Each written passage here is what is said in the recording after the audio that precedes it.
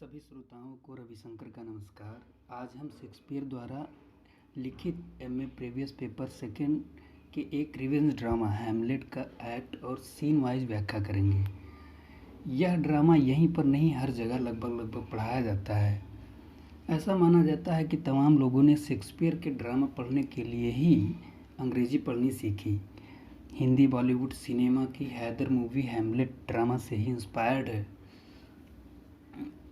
तो शुरू करने से पहले हम इस ड्रामा के मुख्य कैरेक्टर्स के बारे में डिस्कस कर लेते हैं। सबसे पहला मुख्य कैरेक्टर है ट्रेजिक हीरो हैमलेट, जो इस ड्रामा का नायक है। दूसरा क्लॉडियस, जो कि राजा है और हैमलेट का चाचा है, जिसने हैमलेट के पिता को मारकर उसकी माँ गेर्ट्रूड से विवाह किया है। गेर्ट्रूड ये हैमलेट की माँ है। पोलोनियस यह एक मुख्य दरबारी और लॉर्ड ऑफ चैम्बरलिन है। लॉर्टियस यह पोलोनियस का पुत्र है। ओफेलिया जिससे हैमलेट प्रेम करता है। यह ड्रामा के मुख्य पात्र हैं जिनके इर्द गिर्द ड्रामा घूमता है। होरेशियो ये भी आखिरी तक हैमलेट के साथ में रहता है। यह हैमलेट का मित्र और सहपाठी है। तो शुरू करते हैं act first, scene first.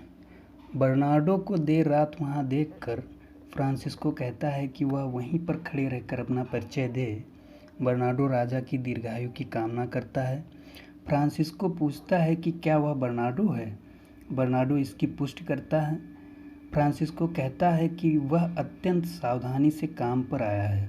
Bernardo कहता है कि अब रात के 12 बज चुके हैं और फ्रांसिस्को सोने के लिए जा सकता है। फ्रांसिस्को इसके लिए धन्यवाद देता है। वह टिप्पणी करता है कि आज बहुत सर्दी है और उसका मन उदास है। बर्नार्डो पूछता है कि कहीं कोई गड़बड़ी तो नहीं हुई है। फ्रांसिस्को उत्तर देता है कि किसी परिंदे ने भी पर नहीं मारा है। बर्नार्डो शुभ रात्रि कहकर निवेदन करता है कि यदि उसे होरेशियो तथा मार्केलस कहीं मिल जाएं तो उन्हें जल्दी आने के लिए कह दे। मार्केलस बर्नार्डो को पुकारता है। वह होरेशियो का स्वागत करता है। होरेशियो भी उसके विषय में जानना चाहता है। मार्केलस पूछता है कि क्या वह भूत आज रात पुनः आया था। बर्नार्डो कहता है कि उसने अभी तक कुछ भी नहीं देखा। मार्केलस बताता है कि होरेशियो तो इसे हमारा तुम्हारा भ्रम मानता है, अतः उसने स्वयं रात के उस समय तक हमारे साथ रहने का निर्णय किया है जब तक वह भूत दोबारा नहीं दिखाई दे जाए और हमारी सूचना की पुष्टि हो जाए। होरेशियो दावा करता है कि भूत नहीं आएगा। बर्नार्डो कहता है कि होरेशियो शांति से बैठकर पिछली 2 रात उन्होंने जो देखा है उसकी कहानी सुने। होरेशियो बैठ जाता है और बर्नार्डो की बात सुनता है। बर्नार्डो पिछली रात के विषय में बताना शुरू ही करता है कि 1 बजे का घंटा बजा था। उसी समय भूत प्रवेश करता है, जिसे देखकर मार्केलस उन्हें शांत रहने के लिए कहता है। बर्नार्डो टिप्पणी करता है कि यह तो मृत राजा की तरह प्रतीत होता है। मार्केलस होरेशियो से कहता है कि एक विद्वान होने के कारण वह जाकर भूत से बात करे। होरेशियो भी कहता है कि यह भूत मृत राजा प्रतीत होता है। उसे देखकर उसे भय एवं आश्चर्य हो रहा है। बर्नार्डो को लगता है कि भूत कुछ कहना चाहता है। मार्केलस के अनुसार होरेशियो को भूत से प्रश्न करना चाहिए। होरेशियो भूत से पूछता है कि वह कौन है। इसका उत्तर उसे देना चाहिए। मार्केलस को लगता है कि प्रश्न सुनकर भूत आहत हुआ है। बर्नार्डो कहता है कि भूत तेजी से भागा जा रहा है। होरेशियो भूत से ठहरने एवं इस प्रश्न का उत्तर देने के लिए कहता है, किंतु भूत चला जाता है। बर्नार्डो पूछता है कि होरेशियो कांप क्यों रहा है और उसका चेहरा भी पीला पड़ गया है। होरेशियो ईश्वर की कसम खाकर कहता है कि यदि उसने अपनी आंखों से यह भूत न देखा होता तो कभी भी विश्वास न करता। मार्केलस कहता है कि यह पूर्व राजा की तरह दिखाई दे रहा था। होरेशियो इसकी पुष्टि करता है। यह सब कुछ कितना विचित्र है। मार्केलस टिप्पणी करता है कि इसी प्रकार के योद्धा के रूप में रात्रि में यह भूत 2 बार पहले भी आ चुका है। होरेशियो टिप्पणी करता है कि भूत के इस प्रकार आने का आशय वह नहीं समझ पा रहा है। इस प्रकार का संकेत मिलता है कि राज्य में कोई विस्फोट होने वाला है। होरेशियो टिप्पणी करता है कि इस छोटी सी बात ने मन को बहुत अधिक परेशान कर दिया है। रोम के वैभवशाली साम्राज्य में बलवान जूलियस सीजर की हत्या से पहले कब्र अपने आप खुल गई थी और उनमें से निकलकर मुर्दे गलियों में घूमने लगे थे। जिस तरह से पुच्छल तारे के पीछे अग्नि होती है और खूनी ओस सूर्य को छिपा देती है, वह चंद्रमा जिसके प्रभाव से समुद्र का जल आकाश तक उठता है, ग्रहण लगने पर लुप्त हो जाता है। होरेशियो सभी से शांत रहने के लिए कहता है क्योंकि भूत दोबारा दिखाई दिया है। होरेशियो उससे बात करने के लिए व्याकुल है, चाहे इस कार्य में उसकी जान ही चली जाए। वह भूत से ठहरने को कहता है और अपनी बाहें फैला देता है। यदि भूत बोलना चाहता है तो उससे बात करनी चाहिए। यदि भूत कुछ कार्य करवाना चाहता है तो वह अवश्य किया जाएगा, किंतु इसके लिए भूत को बोलना पड़ेगा। होरेशियो भूत से ठहरने के लिए कहता है, किंतु भूत चला जाता है। मार्केलस सोचता है कि इस प्रकार हमला करना उचित नहीं है। वैसे भी हवा पर वार करने से कोई लाभ नहीं होता। उसे शारीरिक चोट नहीं पहुंचाई जा सकती। हाँ, उसे मानसिक आघात अवश्य हो सकता है। बर्नार्डो टिप्पणी करता है कि भूत बोलने वाला था, किंतु तभी मुर्गा बोल पड़ा। होरेशियो इसकी पुष्टि करता है। मार्केलस टिप्पणी करता है कि मुर्गे की आवाज़ सुनकर भूत गायब हो गया। होरेशियो सहमति देता है। वह कहता है कि अब यह निगरानी समाप्त करनी चाहिए और जो कुछ उन्होंने देखा है वह जाकर नौजवान हैमलेट को बता देना चाहिए। एक्ट फर्स्ट सीन सेकंड में आप सबका स्वागत है। राजा दावा करता है कि उसके मन में अपने भाई हैमलेट की मृत्यु का घाव अभी भी हरा है और पूरा राज्य अपने हृदय से और अपनी भीगी आंखों से इस दुख को महसूस करता है। जहाँ तक भावनाओं पर तर्क का बस चलता है, कर्तव्य की पूर्ति करनी ही पड़ती है। अतः उसे अपने बड़े भाई हैमलेट की पत्नी अर्थात अपनी भाभी से विवाह करना पड़ा, जो अब उसकी रानी है। इस युद्धग्रस्त राज्य के लिए वह सामंजस्य स्थापित करने वाली शक्ति है। उसने उसे पत्नी के रूप में एक पराजित आनंद के साथ प्राप्त किया है। जब एक आंख में प्रसन्नता थी तो दूसरी आंख में आंसू थे। भाई का दाह संस्कार करते समय प्रसन्नता थी और भाभी से विवाह करते समय दुख था। इस प्रकार प्रसन्नता एवं दुख एक साथ समान मात्रा में प्राप्त हो रहे हैं। इस संबंध में उसने बुद्धिमान लोगों के सुझाव का सम्मान किया है। वह उन सभी को सुझावों के लिए धन्यवाद देता है, क्योंकि युवा फोर्टिनब्रास राजा की मृत्यु के पश्चात राज्य को कमज़ोर जानकर कभी भी हमला कर सकता है और अपने पिता के द्वारा खोई हुई भूमि प्राप्त करने का प्रयास कर सकता है। अतः राजा ने युवा फोर्टिनब्रास के चाचा को, जो नॉर्वे का राजा है, एक पत्र लिखा है कि वह अपने भतीजे पर अंकुश लगाए, जो अवैध रूप से राज्य की जनता से कर वसूल कर सैनिक शक्ति बढ़ा रहा है। इस पत्र के साथ वह कॉर्नेलियस तथा वॉल्टमैन को भेज रहा है। राजा उन्हें एक पत्र देता है और उन्हें अविलंब कर्तव्य निभाने का आदेश देता है। अब राजा लार्टियस से पूछता है कि उसकी क्या कामना है, क्योंकि उसकी कोई भी इच्छा राजा ने नहीं टाली है। वह राजा के हृदय के इतना निकट है कि निसंकोच अपनी इच्छा बता सकता है। लार्टियस कहता है कि राजा की अनुमति पाकर वह फ्रांस से डेनमार्क लौट आया है, जिससे कि राज्याभिषेक में सम्मिलित हो सके, किंतु अब वह पुनः फ्रांस जाना चाहता है, जिसके लिए उसे राजा की अनुमति चाहिए। राजा पूछता है कि उसके पिता पोलोनियस की क्या इच्छा है। पोलोनियस कहता है कि लार्टियस उससे तो पहले ही अनुमति ले चुका है, अब केवल राजा की अनुमति की प्रतीक्षा है। राजा अनुमति देता है कि लार्टियस जब चाहें अपनी इच्छा से जाने की तैयारी कर ले।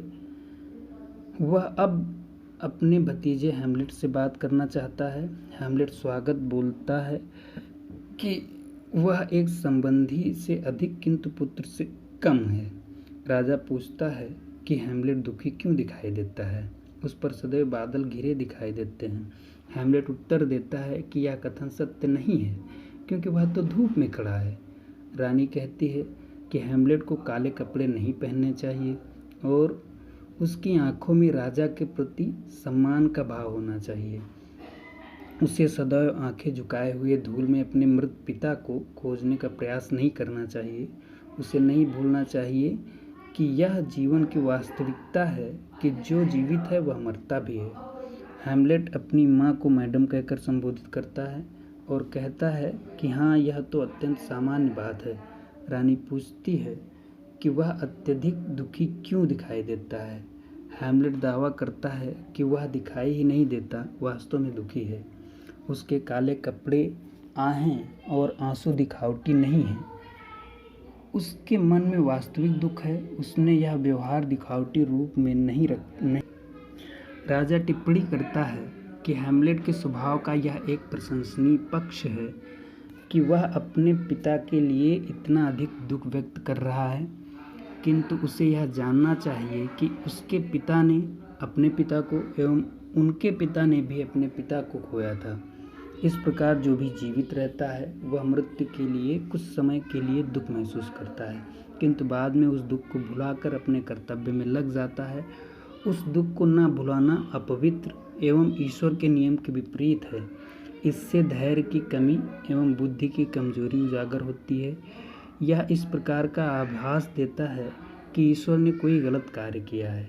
अतः हैमलेट को यह दुख भूलकर पुनः विडेनबर्ग जाकर अपने अध्ययन में लग जाना चाहिए। राजा हैमलेट को अपना सबसे निकट मानते हुए यह प्रार्थना करता है कि हैमलेट भी उसकी आज्ञा का पालन करेगा। रानी अपने पुत्र से प्रार्थना करती है कि वह राजा के निवेदन को व्यर्थ न जाने दे एवं डेनमार्क के राजा का अपने पिता की तरह सम्मान करे। हैमलेट आश्वासन देता है कि वह सभी प्रकार से राजा का कहना मानेगा। राजा कहता है कि हैमलेट ने उसका हृदय प्रसन्नता से भर दिया है। हैमलेट की इच्छा है कि उसका शरीर पिघलकर ओस बन जाए। यदि ईश्वर ने आत्महत्या को प्रतिबंधित न किया होता तो वह अपना जीवन समाप्त कर चुका होता। उसे संपूर्ण जीवन अत्यंत ही नीरस एवं अयोग्य प्रतीत होता है। सभी सांसारिक गतिविधियां उसे अवांछनीय प्रतीत होती हैं। उसे उन पर शर्म आती है। उसे लगता है कि संसार एक बेतरतीब बगीचा हो गया है जिसमें व्यर्थ की बढ़वार अनियंत्रित है एवं गुणवत्ता का अभाव है। उसे यह देखकर धक्का लगता है कि मानव स्वभाव इतना पतित हो गया है। उसके पिता की मृत्यु को 2 माह भी न बीते और उसकी माँ ने दूसरा विवाह कर लिया। हैमलेट के पिता जैसे श्रेष्ठ व्यक्ति को काम वासना के वशीभूत होकर उसकी माँ ने यूं ही भुला दिया। वर्तमान राजा हैमलेट अर्थात हैमलेट का चाचा पूर्व राजा अर्थात हैमलेट के पिता की तुलना में कुछ भी नहीं है। हैमलेट का पिता सूर्य देवता के समान था, जबकि चाचा एक कामुक पशु के समान है। हैमलेट का पिता हैमलेट की माँ से इतना अधिक प्रेम करता था कि वह कठोर हवाओं तक को उसकी माँ का चेहरा नहीं छूने देता था। जो अंतर स्वर्ग एवं पृथ्वी में है वही उसके पिता एवं चाचा है। उसे शर्म आती है कि अपने चंचल स्वभाव के कारण उसकी माँ ने उसके कामुक चाचा से शादी कर ली। हैमलेट के पिता की मृत्यु पर वह इस तरह फूट फूट कर रोई थी मानो वह आंसुओं की ही बनी है, किंतु बाद में बेशर्मी से उसने अपने पति के भाई के साथ विवाह कर लिया, वह भी मात्र 1 महीने में ही। हैमलेट का दावा है कि तब तक तो आंखों में उपस्थित आंसुओं का नमक भी नहीं सूख पाया था। अत्यंत तीव्र गति से उसकी माँ ने यह विवाह किया। इसका परिणाम कभी भी अच्छा नहीं हो सकता, किंतु हैमलेट को अपना हृदय तोड़कर खामोश रहना चाहिए। होरेशियो हैमलेट का स्वागत करता है।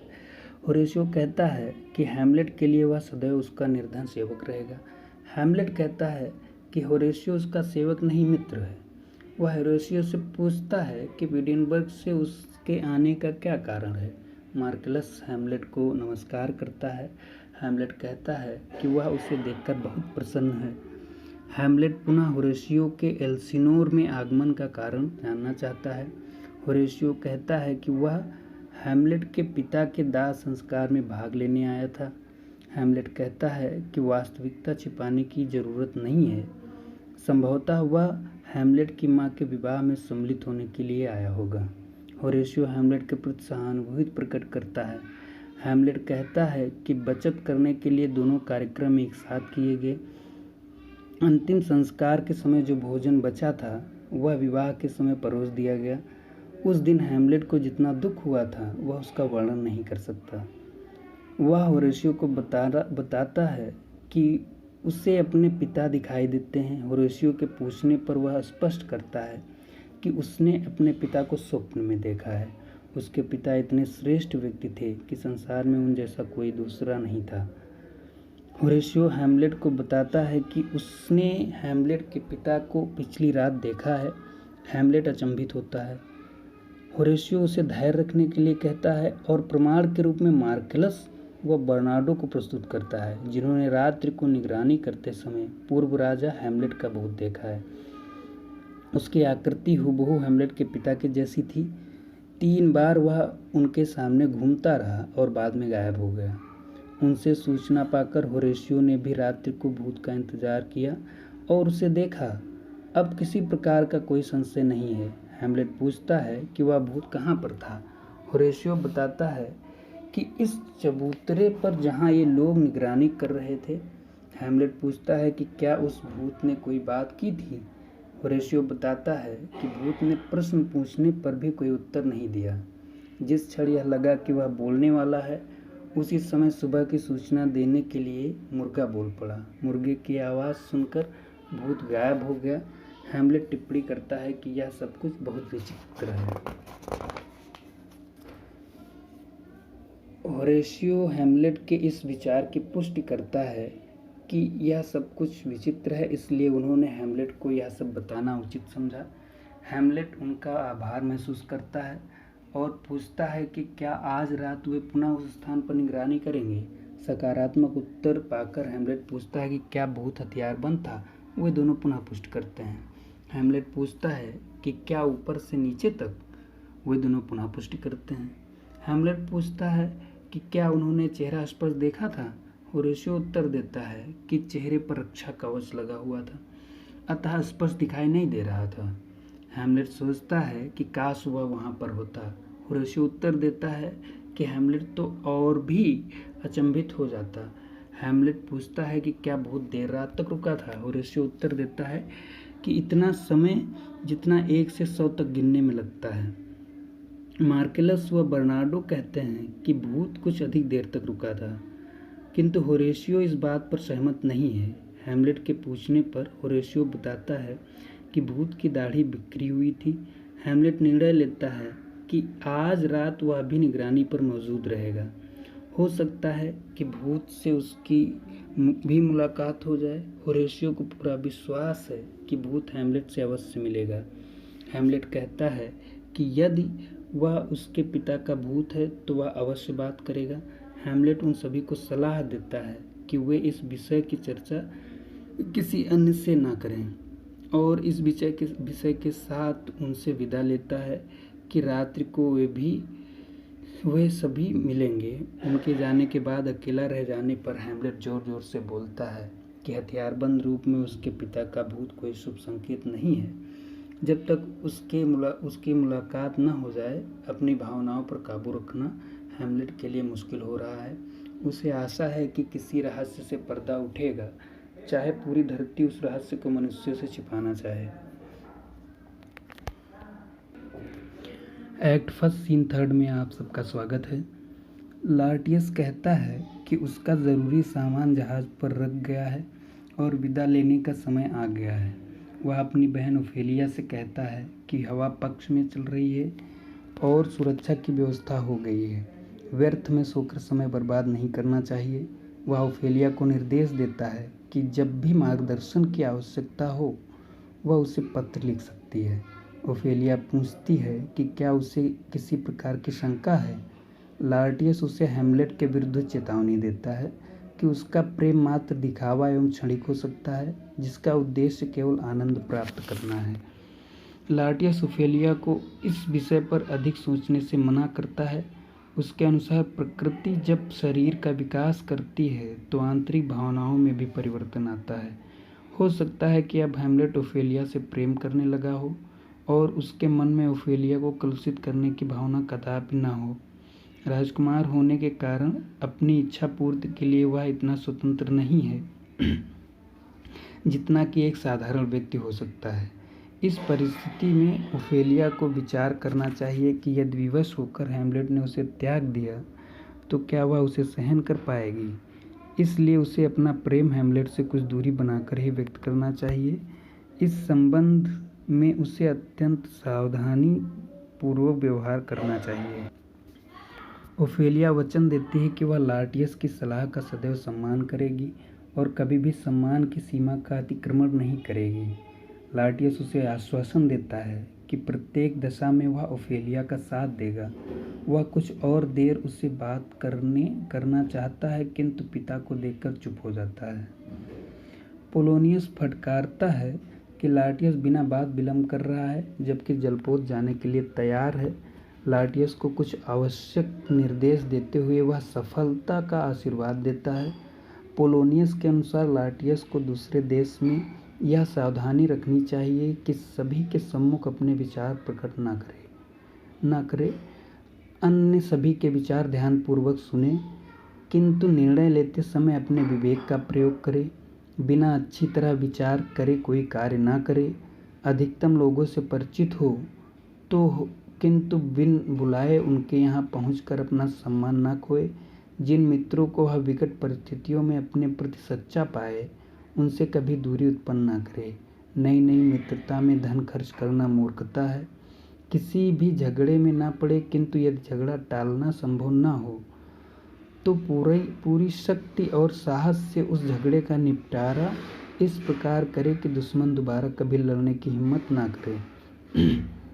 वह अपने वस्त्रों के प्रति सचेत रहे। वे चाहे महंगे हों किंतु चमकीले ना हों, क्योंकि पोशाक कई बार चरित्र के विषय में भ्रांति उत्पन्न कर देती है। वैसे भी फ्रांस के लोगों का इस क्षेत्र में कोई मुकाबला नहीं। उसे ना तो धन उधार लेना चाहिए और ना ही देना चाहिए। इस प्रकार का व्यवहार मित्रता समाप्त कर देता है।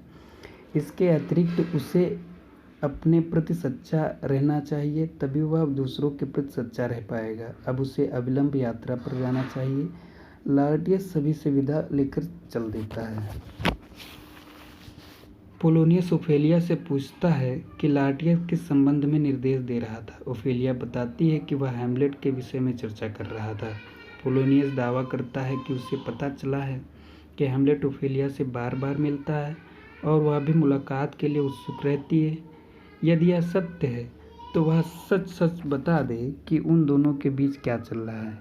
ओफेलिया स्वीकार करती है कि हैम्लेट ने कई बार उसके सम्मुख प्रेम प्रस्ताव प्रस्तुत किया।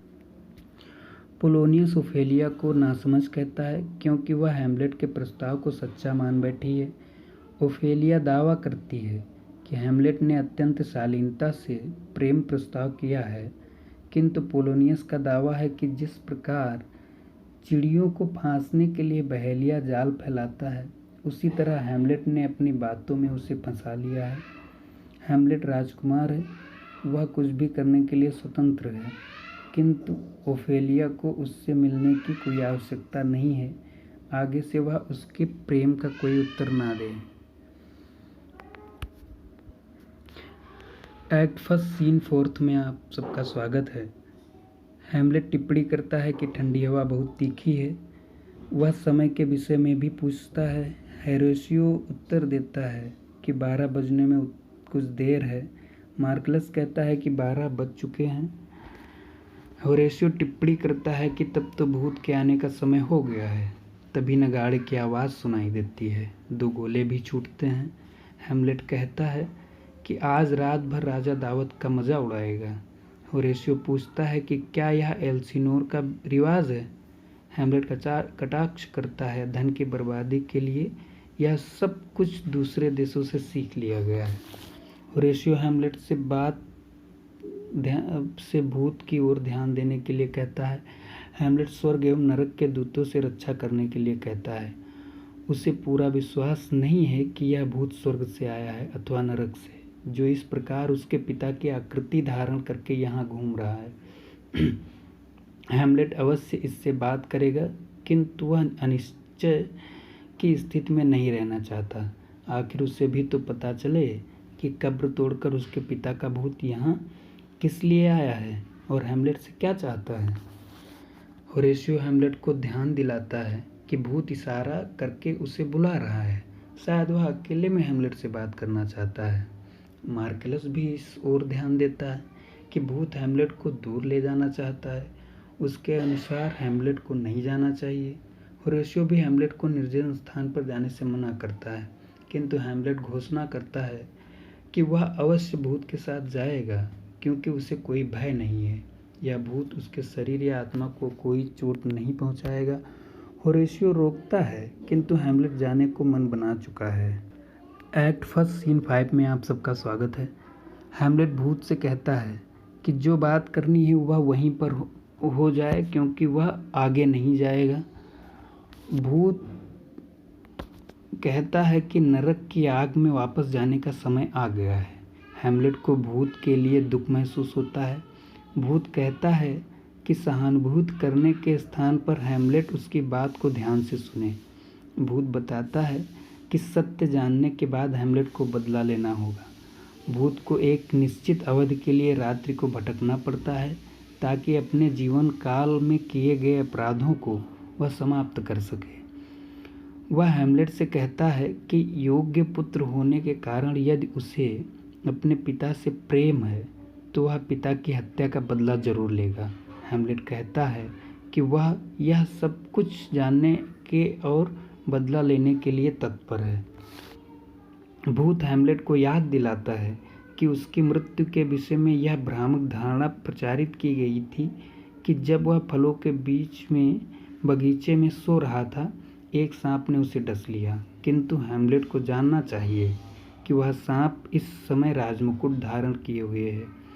हैमलेट पूछता है कि क्या उसका संकेत उसके चाचा की ओर है।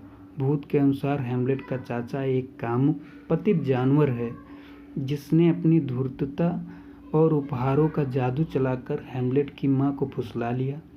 उसकी मां का यह शर्मनाक पतन था। उसने अपने पति को भूलकर उस दुष्ट को अपना लिया, जो गुणों में कहीं पर भी उसके बराबर न था। भूत को लगता है कि अब सुबह निकट है, अतः वह संक्षेप में बताता है कि जब वह बगीचे में सो रहा था, हैमलेट के चाचा ने उसके कानों में जहर डाल दिया। इस प्रकार उसके अपने ही भाई ने उसे जीवन, राजमुकुट और रानी तीनों से वंचित कर दिया। हैमलेट कहता है कि यह तो अत्यंत भयानक है। भूत हैमलेट से कहता है कि किसी भी दशा में उसे यह सहन नहीं करना चाहिए। डेनमार्क का शाही घर अवैध संबंधों का केंद्र नहीं बनना चाहिए। हैमलेट चाहे किसी भी प्रकार बदला लें, किंतु उसे अपनी माँ के प्रति कोई भी गलत विचार अपने मन में नहीं लाना चाहिए। उसका न्याय तो ईश्वर करेगा। यह कहकर भूत चला जाता है। हैमलेट धरती, स्वर्ग एवं नरक की सभी शक्तियों से आग्रह करता है कि वे उसके हृदय को शक्ति दें। वह इस अभागे भूत को कभी नहीं भूलेगा। उसके शब्द उसके मन में अंकित हो गए हैं। अपने मन की पुस्तक से वह सभी अन्य महत्वपूर्ण एवं महत्वहीन बातें सदा के लिए मिटा देगा। केवल भूत का आदेश उसके मन को पुस्तक में सदैव अंकित रहेगा। हैमलेट ईश्वर की सौगंध खाता है कि वह उस अस्थिर महिला एवं कपटी चाचा से सदैव सावधान रहे। होरेशियो मार्केलस के साथ हैमलेट की खोज में आता है, जो उनका स्वागत करता है। हैमलेट उनसे शपथ खाने को कहता है कि वे सब कुछ गुप्त रखेंगे। होरेशियो कहता है कि ये शब्द स्पष्ट नहीं हैं। हैमलेट दावा करता है कि वे उसके अच्छे मित्र, विद्वान एवं सैनिक हैं। वे उसका एक निवेदन स्वीकार कर लें कि जो कुछ उन्होंने आज रात देखा है, इसकी चर्चा किसी से नहीं करेंगे। वे कसम खाते हैं कि ऐसा ही करेंगे। होरेशियो कहता है कि यह सब कुछ बहुत विचित्र है। हैमलेट कहता है कि धरती और आकाश में अनेक ऐसे रहस्य हैं जिनके विषय में हमारी पुस्तकों में कोई जानकारी नहीं है, किंतु उन्हें यह ध्यान में रखना चाहिए कि हैमलेट को विचित्र प्रकार का व्यवहार करते देखकर वे किसी से ये ना कहें कि इन्हें इसका कारण मालूम है। एक्ट सेकंड सीन फर्स्ट में आप सबका स्वागत है। पोलोनियस तथा रेनाल्डो प्रवेश करते हैं। पोलोनियस रेनाल्डो को लार्टियस तक पहुंचने के लिए धन देता है। साथ ही साथ वह कुछ निर्देश भी देता है कि किस प्रकार रेनाल्डो लार्टियस के व्यवहार के संबंध में जानकारी प्राप्त करे, कि कहीं लार्टियस युवावस्था की कमजोरियों का शिकार तो नहीं हो गया है। तभी ओफेलिया प्रवेश करती है और अपने पिता पोलोनियस को बताती है कि वह बहुत डर गई है। जब वह अपने कमरे में सिलाई कर रही थी, हैमलेट ने विचित्र अवस्था में प्रवेश किया। उसके जैकेट के बटन खुले थे, सिर पर टोपी नहीं थी, सिर पर टोप नहीं था, मोजे गंदे व बेतरतीब थे। वह एक भूत की तरह दिखाई दे रहा था। पोलोनियस पूछता है कि क्या हैमलेट उसके प्यार में पागल हो गया है। वह कहती है कि उसे भी इसी बात का भय। एक्ट सेकंड सीन सेकंड में आप सबका स्वागत है। राजा रोजेनक्रेंट्ज तथा गिल्स्ट्रेन का स्वागत करता है। उसे हैमलेट के लिए उनकी आवश्यकता है। हैमलेट का विचित्र व्यवहार उसकी चिंता का कारण है। उसके अनुसार इसका कारण उसके पिता की मृत्यु होनी चाहिए। वह उन दोनों से निवेदन करता है कि वे हैमलेट का ध्यान बटाने का प्रयास करें। वे दोनों आज्ञा पालन करने का आश्वासन देते हैं। पोलोनियस राजा को सूचना देता है कि नॉर्वे से राजदूत सकुशल लौट आए हैं। राजा टिप्पणी करता है कि पोलोनियस सदैव अच्छे समाचार लाता है। पोलोनियस कहता है कि वह राजा एवं ईश्वर के प्रति इसे अपना दायित्व मानता है। पोलोनियस दावा करता है कि उसने हैमलेट के पागलपन का कारण जान लिया है। राजा यह जानना चाहता है, किंतु पोलोनियस पहले राजदूतों से मिलने की सलाह देता है। रानी टिप्पणी करती है कि हैमलेट के पागलपन का कारण उसके पिता की मृत्यु एवं उन दोनों की जल्दबाजी में हुई शादी है। राजा इसकी पुष्टि करने का आश्वासन देता है। राजा वेल्टिमेंट तथा कॉर्लेनियस का स्वागत करता है, जो अपने अभियान की सूचना देते हैं। राजा को एक पत्र देते हैं जिसका राजा बाद में आराम से पढ़कर उत्तर देना चाहता है। उनके श्रम के लिए राजा उन्हें धन्यवाद देता है। अनेक व्यर्थ की बातें बोलने के पश्चात पोलोनियस यह निष्कर्ष निकालता है कि संक्षेप में बोलना ही बुद्धिमानी की आत्मा है। संक्षेप में वह बताता है कि हैमलेट पागल है, जिसका कारण पोलोनियस की पुत्री है, जिसने पिता की आज्ञा का पालन करते हुए हैमलेट के लिखे पत्र उसे दे दिए हैं। इन पत्रों में ओफेलिया के प्रति हैमलेट का प्यार उजागर होता है। पोलोनियस दावा करता है कि यह पत्र हैमलेट ने उसकी पुत्री को दिया था। इस पर उसने अपनी पुत्री को समझाया कि हैमलेट एक राजकुमार है और उसकी स्थिति बहुत ऊंची है। भविष्य में उसे हैमलेट के साथ किसी प्रकार का कोई व्यवहार नहीं रखना चाहिए। ओफेलिया ने ऐसा ही किया, किंतु यह व्यवहार देखकर हैमलेट को भारी असंतोष हुआ और वह पागल हो गया। रानी सोचती है कि यह विचार सही हो सकता है। राजा इसकी पुष्टि करना चाहता है। पोलोनियस याद दिलाता है कि हैमलेट बरामदे में 4 घंटे टहलता है। ऐसे ही किसी समय वह अपनी पुत्री को उसके सामने छोड़ देगा। वह राजा के साथ एक पर्दे के पीछे छिपकर उन दोनों की बातें सुनेंगे। राजा कहता है कि इस योजना को आजमा लेने में कोई नुकसान नहीं है। रानी संकेत करती है कि अभागा हैमलेट पुस्तक पढ़ता हुआ आ रहा है। पोलोनियस राजा एवं रानी से वहां से चले जाने के लिए कहता है ताकि वह हैमलेट से तुरंत बात कर सके।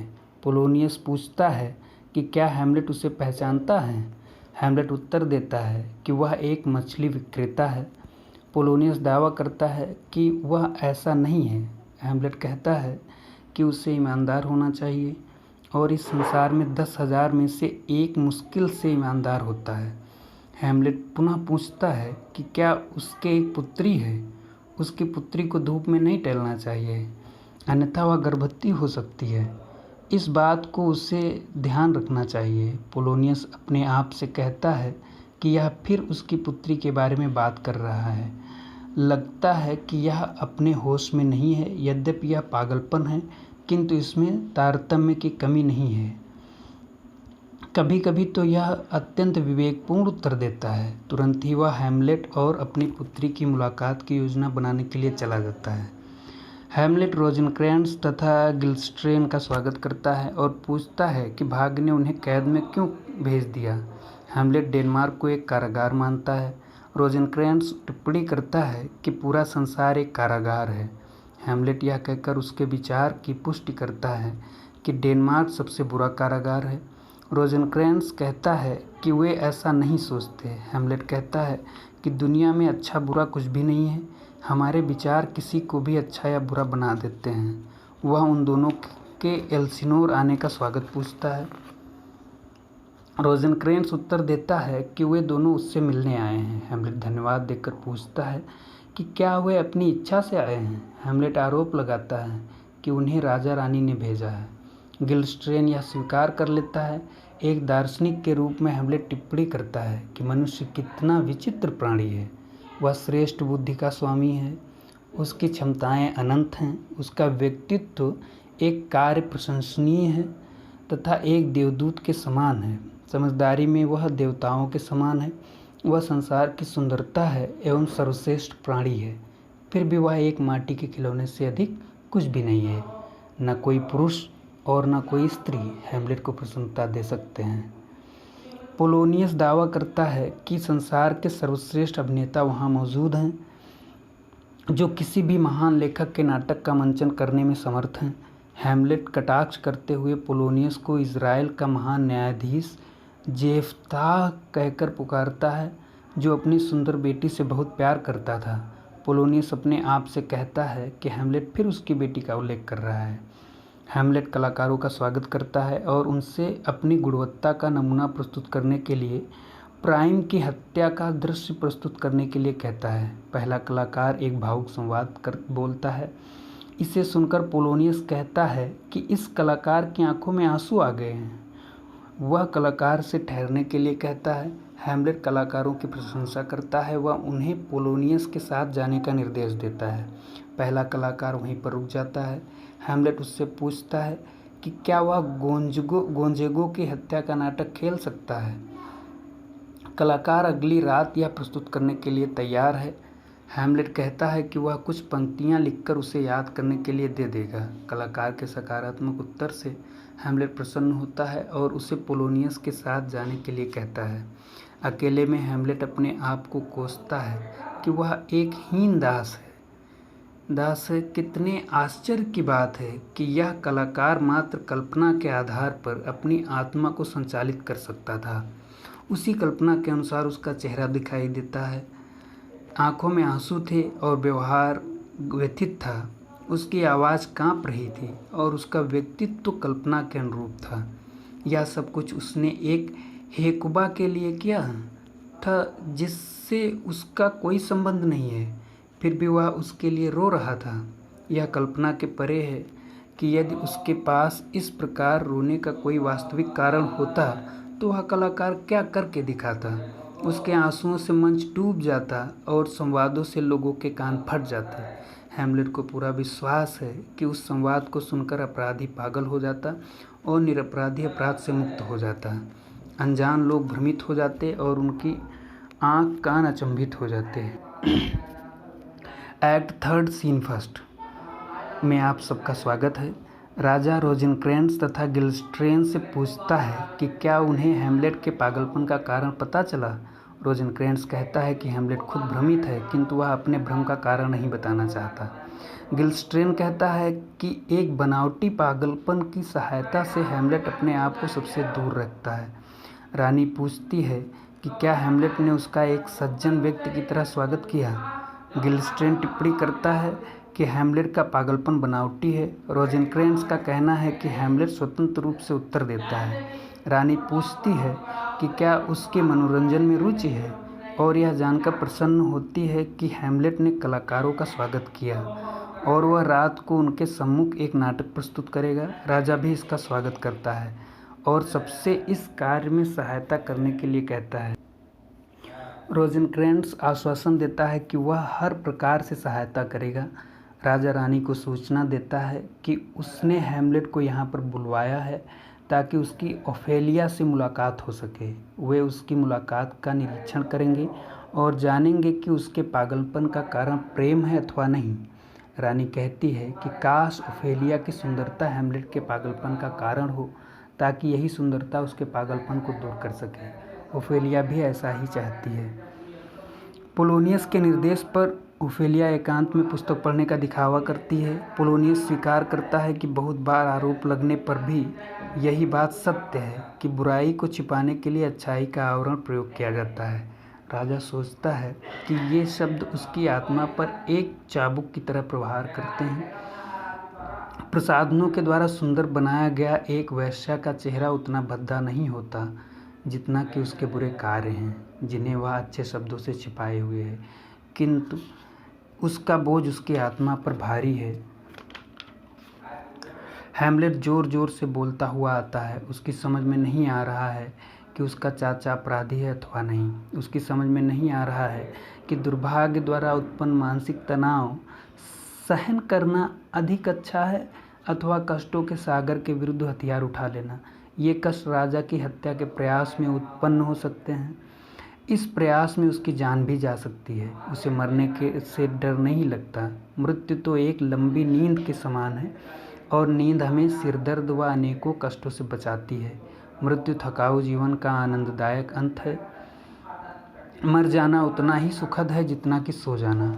नींद में स्वप्न आते हैं, किंतु यहाँ पर एक शंका है। मृत्यु की नींद के बाद स्वप्न आने की कोई संभावना नहीं है, क्योंकि नश्वर शरीर समाप्त हो जाता है। किंतु मृत्यु के साथ यह सम्मान जुड़ा है कि अत्याचारी के आक्रोश, जीवन की असहायता, घमंडी की घृणा, प्रेम की असफलता जैसी अनेक समस्याओं से छुटकारा मिल जाता है, और यह छुटकारा आत्महत्या द्वारा संभव है। किंतु ईश्वर का डर लगता है। यह भी नहीं पता कि मृत्यु के बाद आत्मा कहाँ जाएगी, क्योंकि वहाँ से कोई राहगीर लौट कर नहीं आता। यह सोचकर संकल्प शिथिल हो जाता है।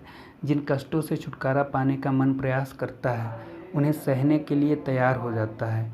यह उस दूसरे अनजान संसार के प्रति जागरूकता है। साथ ही साथ ईश्वर का भय है कि जो संकल्प को डिगा देता है। विचारों का पीलापन इसे ढक लेता है। असामान्य साहस से भरे हुए महान आंदोलन का बहाव दिशा बदल लेता है। कार्य करने की इच्छा समाप्त हो जाती है।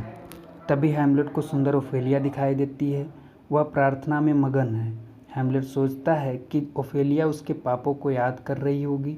ओफेलिया उसका स्वागत करती है और कहती है कि उसके पास हैमलेट के लिखे हुए पत्र हैं जिन्हें वह वापस करना चाहती है, किंतु हैमलेट कहता है कि उसने कभी कोई पत्र ही नहीं लिखा। ओफेलिया उसे पत्रों में लिखे मधुर शब्दों की याद दिलाती है, जिनकी खुशबू अब समाप्त हो चुकी है। हैमलेट हंसता है और कहता है कि ओफेलिया को उचित एवं ईमानदार होना चाहिए। उसे सुंदरता के विषय में बात नहीं करनी चाहिए।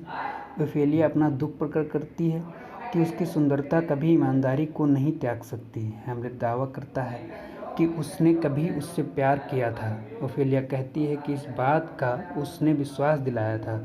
हैमलेट उसे सन्यासिनी गृह जाने की सलाह देता है, अन्यथा वह पापियों को जन्म देगी। सभी दुष्ट हैं एवं उसे किसी पर भी विश्वास नहीं करना चाहिए। उसे सन्यासिनी गृह जाना चाहिए। हैमलेट पूछता है कि ओफेलिया का पिता कहाँ है। ओफेलिया कहती है वह घर पर है।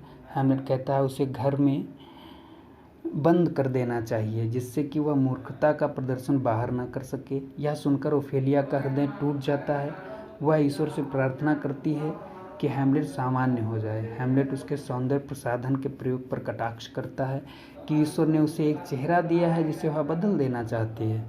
ओफेलिया विलाप करती है कि श्रेष्ठ विवेक वाले हैमलेट की बुद्धि नष्ट हो गई है। वह सभी दरबारियों, विद्वानों एवं सैनिकों के लिए एक आदर्श था। दरबारी उसके श्रेष्ठ व्यवहार से, विद्वान उसके अभिव्यक्ति से एवं सैनिक उसकी तलवारबाजी से प्रेरणा लेते थे।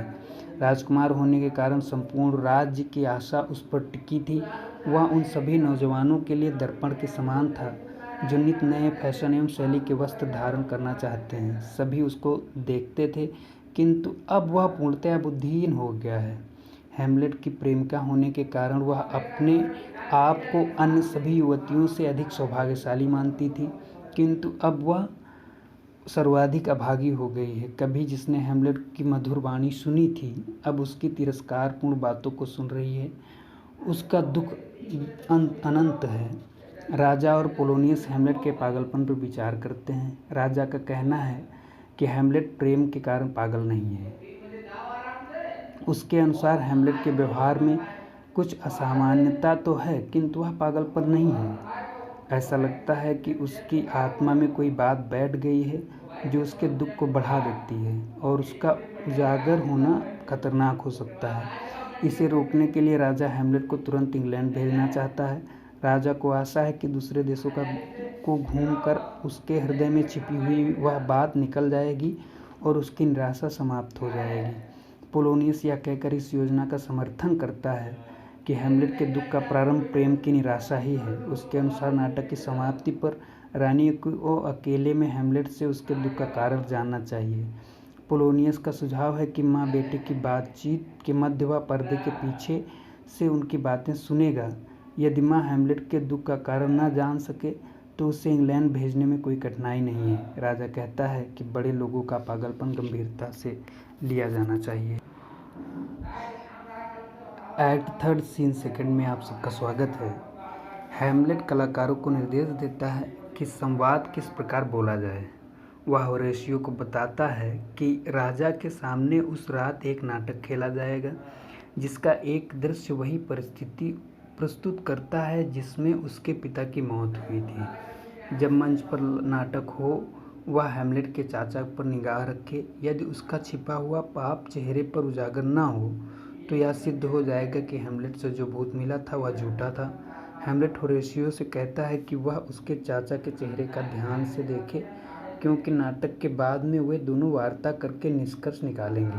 होरेशियो कहता है कि हेमलेट के चाचा के चेहरे का कोई भी भाव उसकी निगाह से न बच पाएगा।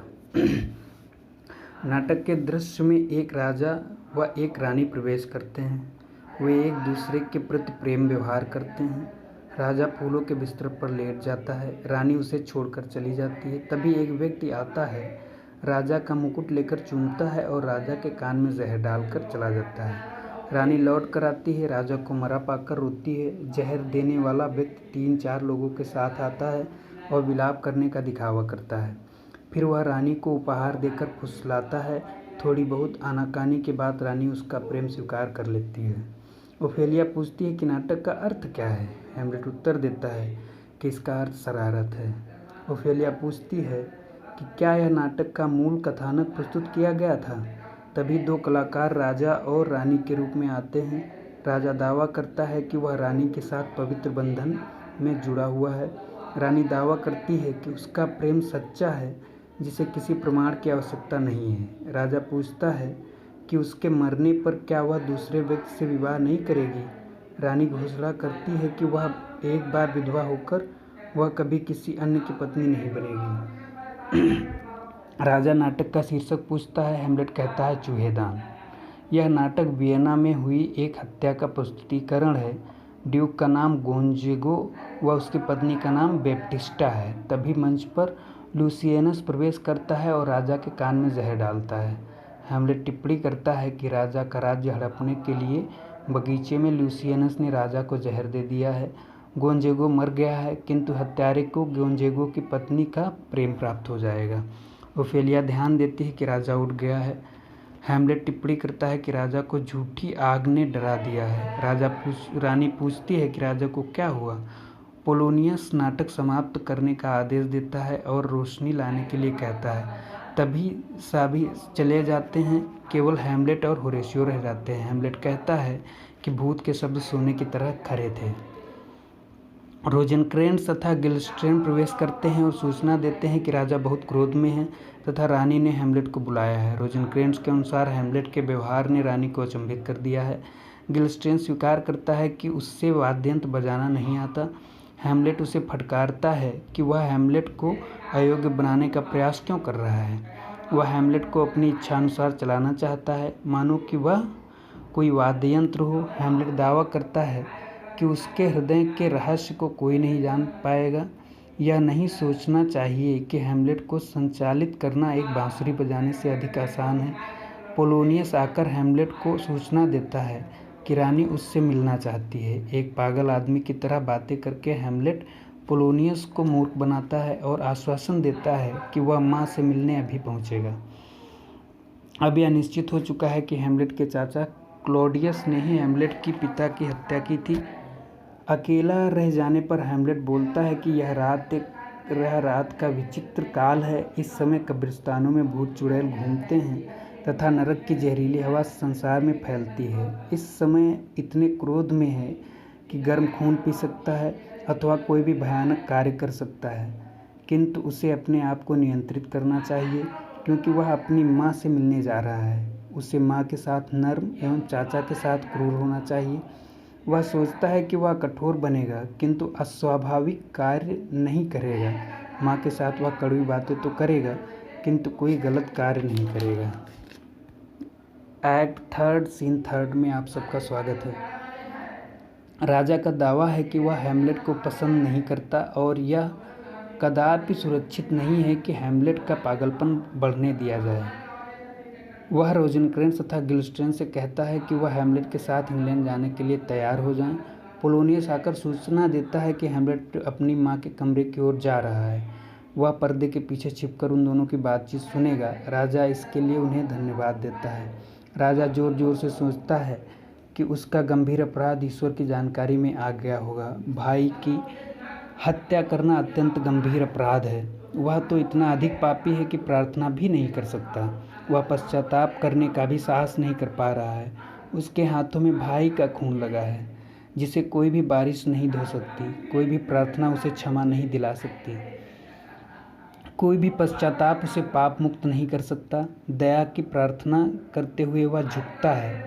हैमलेट प्रवेश करता है और जोर जोर से सोचता है कि इस समय वह अपने चाचा की हत्या कर सकता है, जो झुका हुआ है और उसकी सुरक्षा करने वाला कोई नहीं है। तभी उसके मन में विचार आता है कि प्रार्थना के समय मरा हुआ व्यक्ति स्वर्ग जाता है।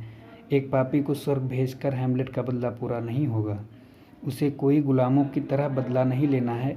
वह तो चाचा को तब मारेगा जब वह शराब के नशे में होगा या क्रोध में होगा, किसी ऐसे पाप में संलग्न होगा कि उसकी आत्मा सीधे नरक पहुंचेगी। तभी उसे ध्यान आता है कि उसकी माँ उसकी प्रतीक्षा कर रही है। राजा उठता है और कहता है कि ईश्वर तक पुकार आसानी से नहीं जाती। एक्ट थर्ड सीन फोर्थ में आप सबका स्वागत है। रानी के कक्ष में पोलोनियस प्रवेश करता है और बताता है कि हैमलेट आ रहा है। वह रानी से नम्र व्यवहार करने के लिए कहता है। हैमलेट माँ को पुकारता हुआ आता है।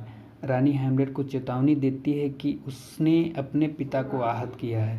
हैमलेट आरोप लगाता है कि उसकी माँ ने उसके पिता अर्थात अपने पहले पति को बहुत आहत किया है। रानी कहती है हैमलेट उसे भूल गया है। हैमलेट कटाक्ष करता है कि उसे याद है कि वह उसके पिता के भाई की पत्नी तथा अब उसकी माँ है। हैमलेट दावा करता है कि वह उसके सामने एक ऐसा दर्पण रखेगा जिसमें उसकी वास्तविकता उजागर हो जाएगी।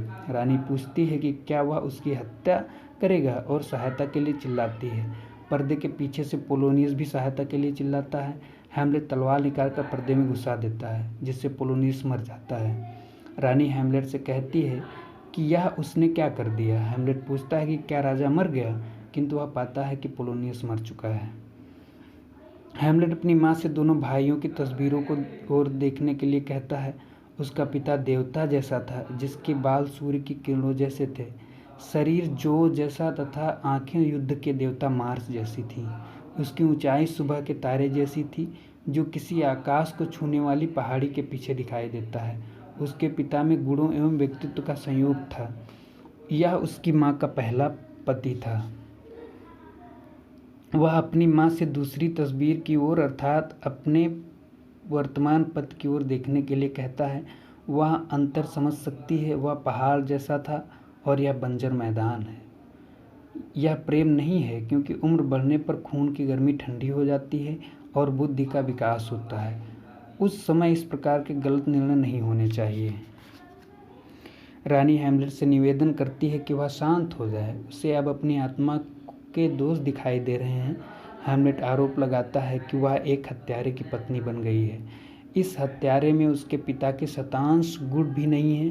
तभी हैमलेट के पिता का भूत प्रवेश करता है, किंतु वह भूत केवल हैमलेट को दिखाई देता है। हैमलेट उससे बातें करता है और उसकी माँ सोचती है कि हैमलेट पागल हो गया है। एक्ट 4 सीन फर्स्ट में आप सबका स्वागत है। राजा तथा रानी रोजेनक्रेंट्ज तथा गिल्डेस्टेन के साथ प्रवेश करते हैं। राजा हैमलेट के बारे में पूछता है। रानी कहती है कि वह तो पूरी तरह पागल हो गया है और उसने पोलोनियस की हत्या कर दी है। राजा कहता है कि यह अत्यंत गंभीर बात है, उसकी स्वतंत्रता अब सबके लिए खतरनाक हो गई है। राजा पूछता है कि हैमलेट कहाँ है। रानी कहती है कि वह अपने किए पर रो रहा है। राजा रोजेनक्रेंस तथा गिल्स्ट्रेन को पूरी बात बताता है और कहता है कि हैमलेट रानी के कमरे से पोलोनियस का शव खींचकर कहीं ले गया है। वे दोनों उस शव को लेकर गिरजाघर पहुंचे हैं। एक्ट 4 सीन 2 में आप सबका स्वागत है। रोजेनक्रेंस हैमलेट से पूछता है कि शव कहाँ है। हैमलेट उत्तर देता है कि शरीर राजा के साथ है पर राजा शरीर के साथ नहीं है। वह इस प्रकार के विचित्र उत्तर देकर अपने विषय में यह भ्रम बनाए रखना चाहता है कि वह पागल है, किंतु पोलोनियस की हत्या उसके लिए बहुत भारी सिद्ध होती है। एक्ट 4 सीन 3 में आप सबका स्वागत है। रोजेनक्रेंस राजा को बताता है कि हैमलेट पोलोनियस के विषय में कोई जानकारी नहीं देता। तभी हैमलेट गिल्स्ट्रेन के साथ प्रवेश करता है। राजा उससे शव के बारे में पूछता है। हैमलेट कहता है कि शव वहाँ पर है जहाँ उसे खाया जाएगा। राजा पुनः पूछता है कि पोलोनियस कहाँ है। हैमलेट कहता है कि वह बरामदे में है। राजा उसकी खोज का आदेश देता है। एक्ट 4 सीन 4 में आप सबका स्वागत है। राजा हैमलेट को बताता है कि विशेष सुरक्षा के लिए हैमलेट को वह इंग्लैंड भेज रहा है। हैमलेट इसका स्वागत करता है। राजा रोजेनक्रेंस तथा गिल्स्ट्रेन से हैमलेट का पीछा करने के लिए कहता है। वह उन दोनों को हैमलेट के साथ उसी रात इंग्लैंड जाने के लिए कहता है। उसने हैमलेट की मौत का इंतजाम कर दिया है। रोजेनक्रेंस हैमलेट से जाने के लिए कहता है। हैमलेट कहता है कि वह अभी आ रहा है। अकेले रहने पर वह सोचता है कि उसके बदला लेने की राह में अनेक बाधाएं आ रही हैं। यह उसका दुर्भाग्य है कि पिता की हत्या हो गई है और माँ कलंकित हो गई है। वह निर्णय लेता है कि अब वह शांत नहीं बैठेगा और हिंसक कार्य करेगा। एक्ट 4 सीन 5 में आप सबका स्वागत है। रानी ओफेलिया से बात करने से इनकार करती है। भद्र पुरुष रानी को बताते हैं कि ओफेलिया पागल हो गई है। उसकी मानसिक दशा पर दया आती है। वह सदैव अपने पिता के विषय में बात करती है। ओफेलिया आती है और पूछती है कि डेनमार्क के राजा कहाँ हैं। वह गीत गाती है कि वह तो मर गया और चला गया। राजा टिप्पणी करता है कि पिता की दुखद मृत्यु ने इसका यह हाल कर दिया है। तभी शोर सुनाई देता है। सूचना प्राप्त होती है कि एक समूह के साथ लार्टियस उत्तेजित अवस्था में आ रहा है। समूह चिल्ला रहा है कि लार्टियस को राजा बनना चाहिए। लार्टियस राजा से कहता है कि वह उसके पिता को वापस करे। रानी लार्टियस से शांत रहने के लिए कहती है। राजा पूछता है कि राजा के गुस्से का क्या कारण है। लार्टियस कहता है कि उसका पिता कहाँ है। राजा बताता है कि वह मर चुका है। लार्टियस बदला लेने की घोषणा करता है। तभी ओफेलिया आती है और कहती कि उसका पिता मर गया है, उसे फूल चाहिए। राजा लार्टियस से कहता है कि उससे पूरी सहानुभूति है तथा वह दिल से उसके साथ है। लार्टियस हैमलेट से बदला लेने के लिए सहमत हो जाता है। राजा सहायता का वचन देता है। एक्ट 4 सीन 6 में आप सबका स्वागत है। होरेशियो से मिलने कुछ नाविक आते हैं जो उसे एक पत्र देते हैं। वह पत्र पढ़ता है। हैमलेट ने इस पत्र में होरेशियो को यह दायित्व सौंपा है कि वह इन नाविकों को राजा तक भिजवा दे। उसने यह भी लिखा है कि किसी प्रकार उसने कैद से छुटकारा पाया। वह रोजेनक्रेंस तथा गिल्स्ट्रेन को इंग्लैंड भिजवा दिया है। एक्ट 4 सीन 7 में आप सबका स्वागत है। राजा तथा लार्टियस प्रवेश करते हैं। राजा लार्टियस से कहता है कि वह उसे अपना मित्र माने और विश्वास माने कि हैमलेट उसकी हत्या करना चाहता है। लार्टियस अपने साथ हुए अन्याय का लेखा जोखा प्रस्तुत करता है कि उसका पिता मर गया है और बहन पागल हो गई है। वह हैमलेट का गला काटने के लिए तैयार है। तभी रानी समाचार लाती है कि ओफेलिया डूबकर मर गई है। यह सुनकर लार्टियस आहत होता है। एक्ट 5 सीन 1 में आप सबका स्वागत है। दो विदूषक फावड़े लेकर आते हैं। अपने कार्य की गंभीरता से अनजान वे मनोरंजक बातें करते हैं। विदूषक पूछता है कि ओफेलिया ने आत्महत्या की है, अतः उसे ईसाई परंपरा से अंतिम संस्कार नहीं मिलना चाहिए। दूसरा कहता है कि वह अपनी मृत्यु के लिए स्वयं जिम्मेदार नहीं थी। विदूषक पूछता है कि सबसे अधिक मजबूत घर कौन बनाता है। दूसरा कहता है कि वह उत्तर नहीं दे सकता। विदूषक कहता है कि केवल कब्र वह घर है जो कयामत तक चलता है। विदूषक खोदता जाता है और गाना गाता जाता है कि युवावस्था में उसने प्रेम किया था। हैमलेट टिप्पणी करता है कि इस व्यक्ति को अपने कार्य की गंभीरता का आभास नहीं है। होरेशियो उत्तर देता है कि उसे इस कार्य की आदत हो गई है।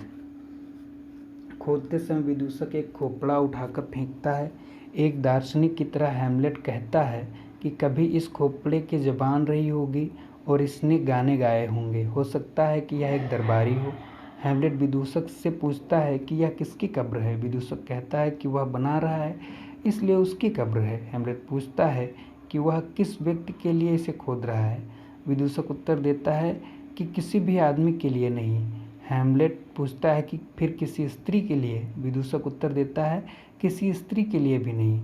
यह कब्र उसके लिए खोदी जा रही है जो एक स्त्री थी किंतु अब मर चुकी है। हैमलेट पूछता है कि वह कितने समय से कब्र खोदने का कार्य कर रहा है। विदूषक उत्तर देता है कि जब युवा हैमलेट का जन्म हुआ था, जो कि अब पागल हो गया है एवं इंग्लैंड भेज दिया गया है। वहाँ उसकी ओर कोई ध्यान नहीं देगा क्योंकि वहाँ सभी लोग उसकी तरह पागल हैं। हैमलेट पूछता है कि वह किस कारण से पागल हो गया था। विदूषक उत्तर देता है कि अत्यंत विचित्र कारण से कि उसकी बुद्धि नष्ट हो गई थी। तभी हैमलेट देखता है कि राजा रानी लार्टियस एवं अन्य आ रहे हैं।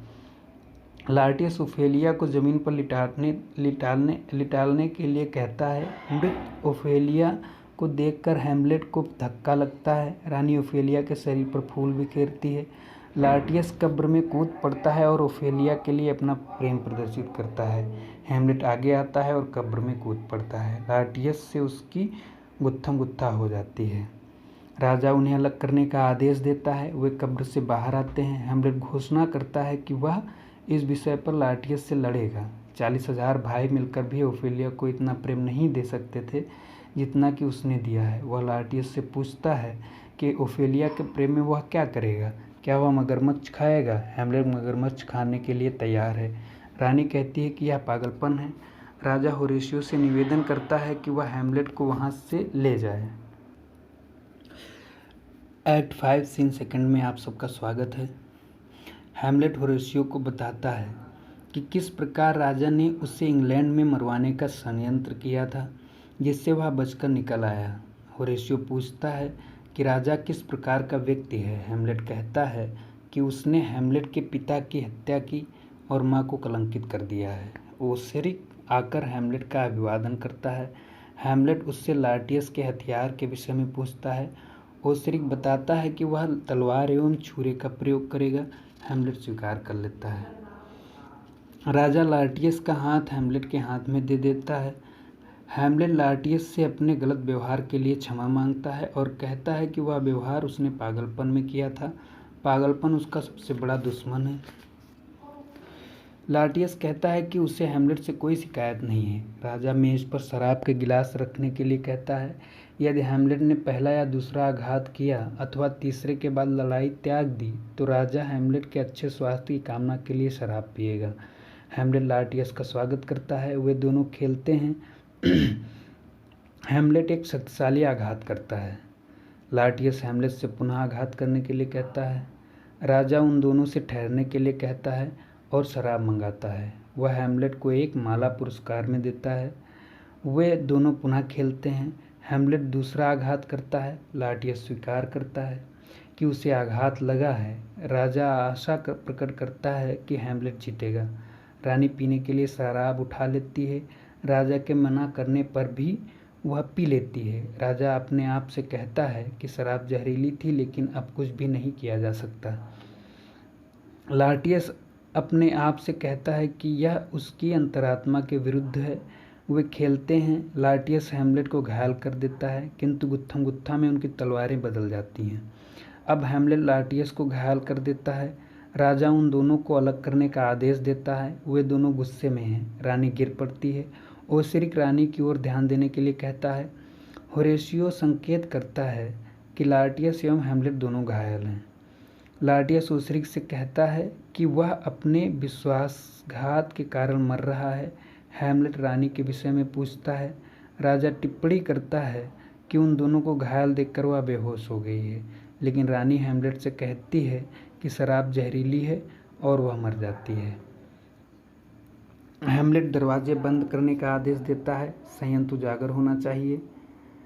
लार्टियस गिर पड़ता है और घायल हैमलेट से कहता है कि कोई भी दवा उसका जीवन नहीं बचा पाएगी। जो विश्वासघाती हैमलेट के हाथ में है वह जहरीली है। उसका घाव दोनों के लग चुका है, उसकी माँ को जहर दिया जा चुका है। इस सब के लिए राजा जिम्मेदार है। हैमलेट चिल्लाता है कि यदि तलवार की नोक जहरीली है तो वह असर दिखाएगी। वह राजा को घायल कर देता है।